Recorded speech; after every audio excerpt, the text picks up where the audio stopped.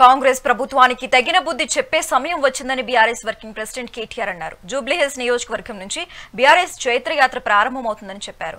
మోసాన్ని మోసంతోనే జయించాలని కేటీఆర్ పేర్కొన్నారు. కాంగ్రెస్ ఇచ్చిన హామీలు వాస్తవం కాలేదని, పేదల ఆశలు దెబ్బతిన్నాయని మండిపడ్డారు.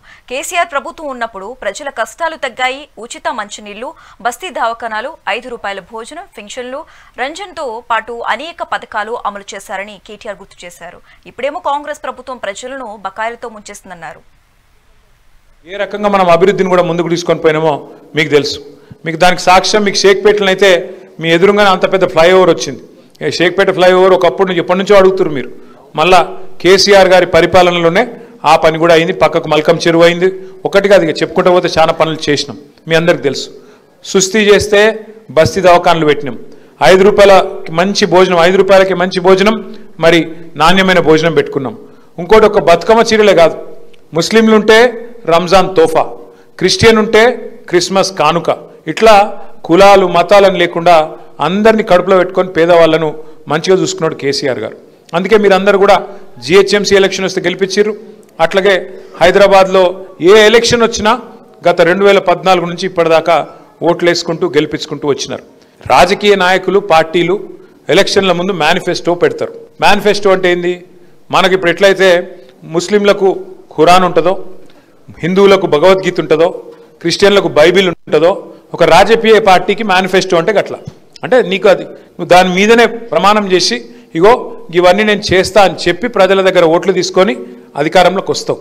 కాంగ్రెస్ వాళ్ళు ఏం చేసిండ్రు? ఎన్ని చెప్పిర్రు? గ్యారంటీ కార్డులు అన్నారు. ఇంటింటికి కార్డులు వంచిరు. వచ్చినాయి ఆ కార్డులు? అప్పుడు, ఇప్పుడు కాదు. గ్యారంటీ కార్డులు అని చెప్పి ఇచ్చిర్రు. యాదుకుందా? అత్తకు 4,000 పెన్షన్, కోడలకు 2,500 పెన్షన్. అప్పుడు చెప్పిరు, యాదుకుందా లేదా మర్చిపోయారా? గ్యాస్ బండ ఫ్రీ, కరెంటు ఫ్రీ. మీ దగ్గర కాంగ్రెస్ కూడా దిక్కులేడా? ఆయన గిట్ల గిట్ల అంటే మొండిసేయి, ఆయన మింగేస్తుంది. మొండిసేయి మహా డేంజరు, నీ ఇష్టం, పొరపాటునొద్దు. మీ అందరికీ విజ్ఞప్తి చేసేది మంచిగా మళ్ళీ కేసీఆర్ గారిని తెచ్చుకుందామా? కేసీఆర్ సార్ని తెచ్చుకుందామంటే మన జైత్రయాత్ర జూబ్లీహిల్స్కి వెళ్ళి మొదలు కావాలి. మీరు గుద్దే గుద్దుడుకు కాంగ్రెస్ వాడు తుక్కు తుక్కు తుక్కు తుక్కు కావాలి. అట్లయితేనే వాళ్ళు ఎవ్వరని ఇడిచిపెట్టలే, మోసం చేయకుండా. హిందువులను ఇడిచిపెట్టలే, ముస్లింలను ఇడిచిపెట్టలే.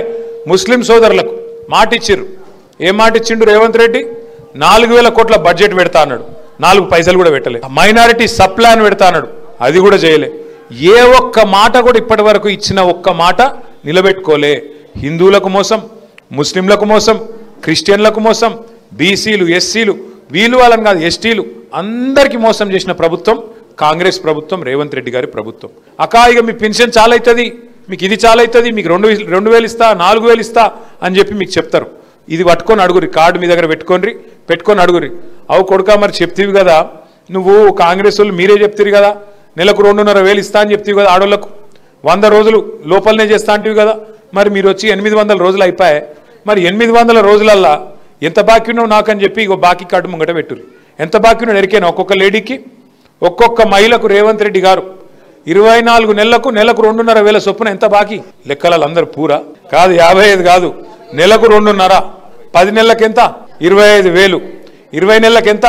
చాలా పూరున్నారు లెక్కలలో మీరు. మొత్తం 60,000 ఒక్కొక్కలకు బాకీ ఉన్నాడు రేవంత్ రెడ్డి. గత 10 ఏళ్లలో